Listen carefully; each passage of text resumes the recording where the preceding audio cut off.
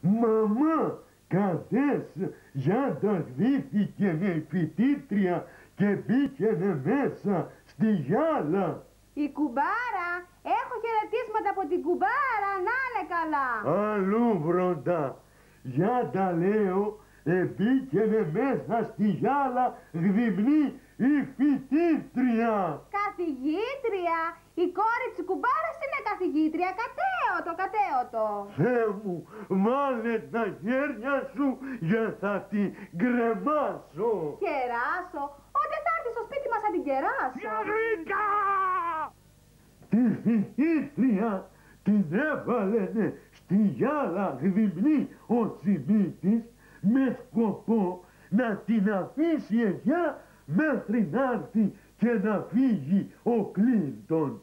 Σου λέει ο Τσιμίτης, εκεί θα μαζευτούνε όλοι οι πανιστηριτζίδες, οι αναρχικοί, οι κουκουέδες, τα φρικιά, οι βομβιστές, οι διαδηλωτές και θα ξανοίγουνε. Έτσι θα μπει και θα βγει από την Ελλάδα ανενόχλητος ο Κλίντον. Ο Κλίντον επήγαινε και την είδαινε και ο Κλίντον. Καλά, αυτός μόλις δείχνει γυναίκα θυμάται αναπολύ και νοσταλγεί το βαλγραφείο. Γιαγρίκα!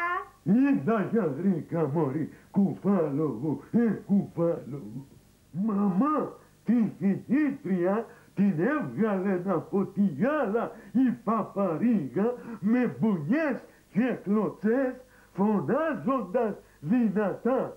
Λαέ, οι ιμπεριαλιστές πάνε πάλι να σου κλείσουνε το στόμα με άρτον και θεάματα, δηλαδή με ψωμί και τσόντες. Εσύ λαέ με τσόντες και εκείνοι με τις βόμβες. Ναι, Γιαγρίκα.